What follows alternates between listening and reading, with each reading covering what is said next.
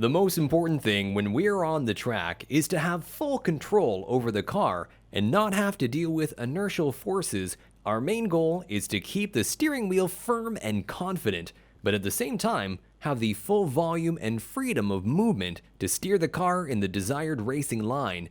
In any case, we shouldn't use the steering wheel for mainstay and hold it to prevent falling out of the seat. The more stable we sit in the seat, the more direct feeling and feedback we have about the car.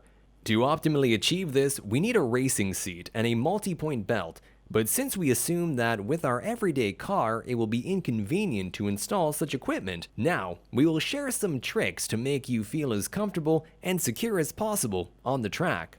This is a place in any car where the driver can put the foot which he uses to push the clutch after changing gears.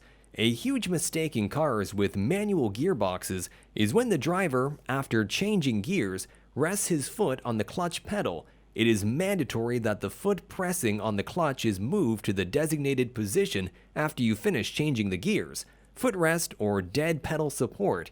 If the car has an automatic gearbox, then we have to stick the free leg on the dead pedal support.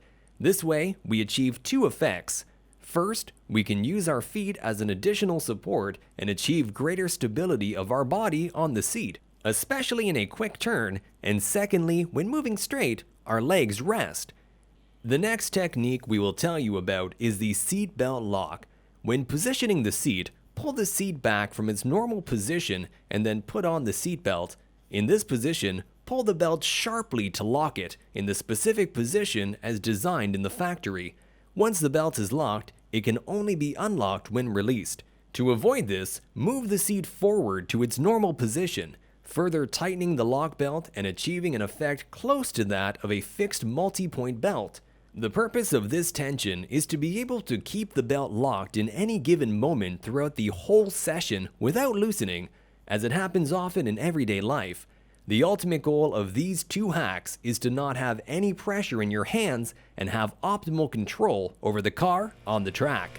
Rev matching is a downshifting technique used to smooth the transition between gears. This prevents shock loads through the transmission, undesirable forward weight transfer while downshifting, and reduces the chances of wheel lockup due to engine braking. You never want to rely on engine braking as it's not an effective way to quickly slow down, and if you are using it, then you're not driving as fast as you can be.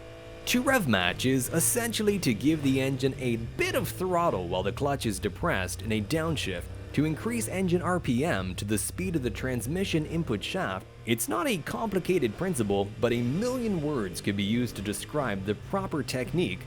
Basically, if you can downshift and not feel the transition between gears, you're doing it right.